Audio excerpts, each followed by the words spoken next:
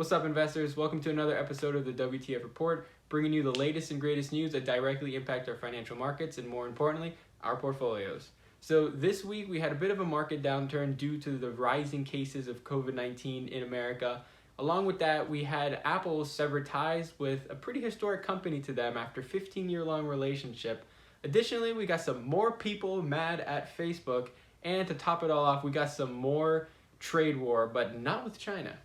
So without further ado, my name is Ayan with AQ Markets. You're watching the WTF Report. As always, let's start off with a brief market summary. So the Dow Jones was down 2.75%, the S&P was down 2.46%, and a lot of this was caused directly from the rapidly increasing COVID-19 cases that are plaguing the United States.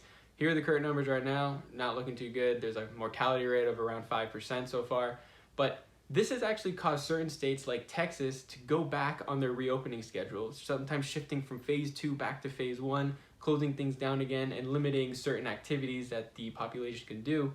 And even in Florida, they just passed a new law stating that restaurants and bars will not be allowed to serve alcohol anymore, which means that people are going to be less incentivized to go to a bar and drink. This has been targeted as like a very big hotspot for COVID-19 cases to spread, considering that bars are pretty tight quarters and people like to be next to each other and, just socially interact. Now, they could still sell alcohol as part of their takeaway orders, but I don't know how likely people will be to do that. So hopefully this does curb some of the infection rates in Florida at least. So the overall market sentiment is being really negative with these rising cases, given the fact that there's more likelihood for places to close down again. There's also just going to be an overall expectation that demand is going to fall again. Now, the airlines are kind of scrambling again because they're realizing that people are going to be less willing to travel. And this also goes for cruise lines who have had to push back their resailing departures even more. So overall, this is pretty bad for the markets. As I've mentioned in previous videos, the only way that this economy does its V-shaped recovery and everything goes back to normal is if we have a cure, vaccine, a treatment, or something along those lines. So until then, there's going to be a lot of volatility going forward based on the expectations and pessimism and optimism of the vaccine coming into fruition, or if coronavirus just disappears entirely. To add to the chaos of the COVID-19 destroying the markets this week, we also had a bit of a scuffle between the United States and the European Union, including the United Kingdom, on Wednesday regarding trade. So this all started when the United States issued an additional $3.1 billion of tariffs on certain European goods, which was then responded back with $11.2 billion of tariffs back at the United States with United States goods. Now, the World Trade Organization actually allowed the United States tariff to go through, and then they're reviewing the EU tariffs to go through, which will take place later on in the year around September and October.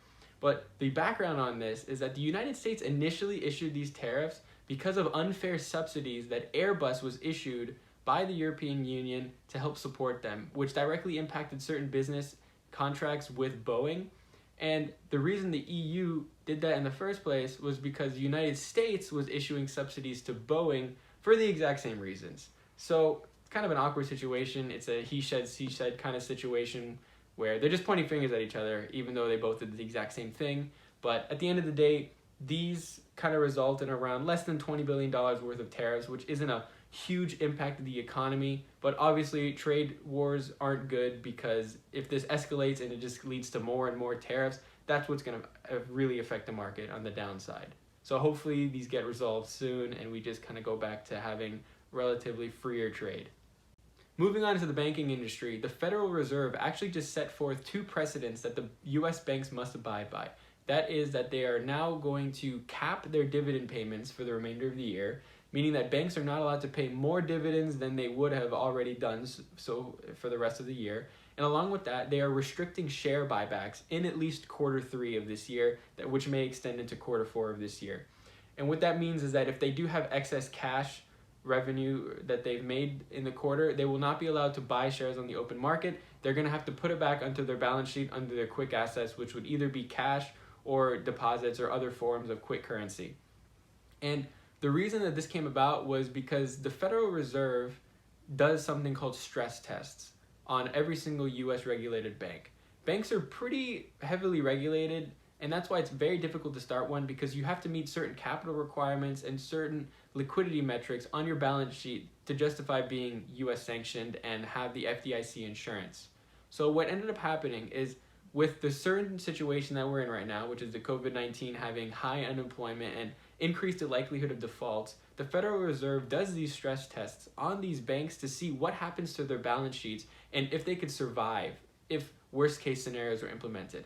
After their results, which included an assumption of $700 billion of defaults going through and unemployment carrying through to around over 15% throughout the rest of the year, a lot of the banks passed, but at the same time, a lot of banks barely passed, which means that if the assumptions were to be actually even worse than what they anticipated, banks would fail, which is something that is not okay. So they wanted to ensure that banks don't do anything dumb, in a sense, by telling them, do not raise your dividend and do not do share buybacks. And this will overall allow banks to be a lot more regulated in a sense that will keep them safer ongoing into the rest of the year.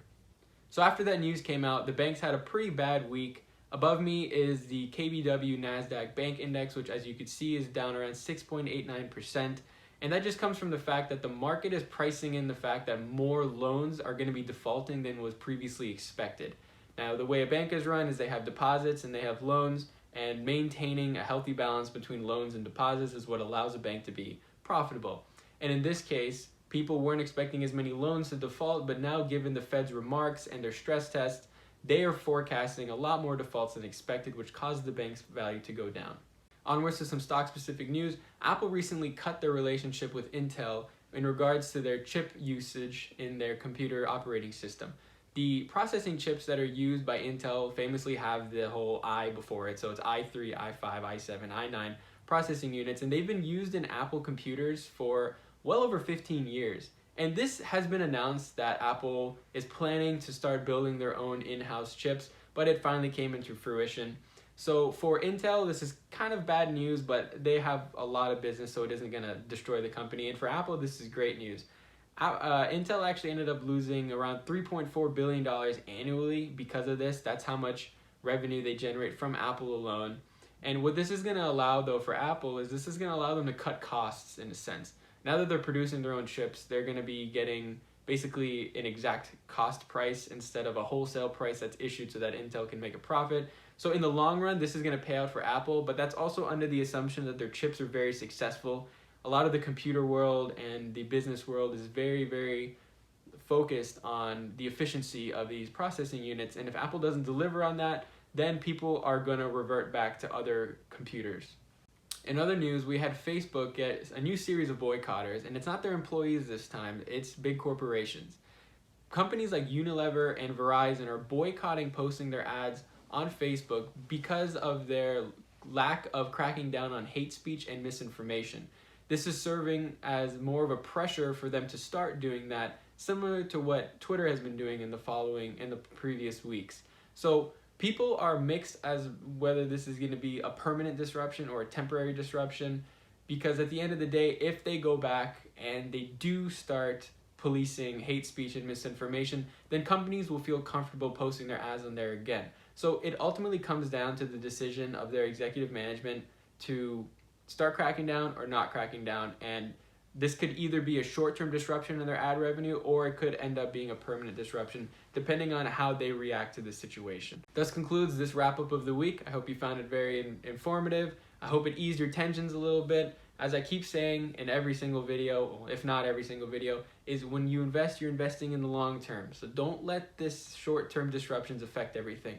As a matter of fact, when I saw the markets climbing back up about 3-4 weeks ago, I did not anticipate that, nor was I happy about it, because I knew that market buildup was just optimism in the markets. There was really no justifiable factor behind that. So as I always reiterate, you're investing for the long term.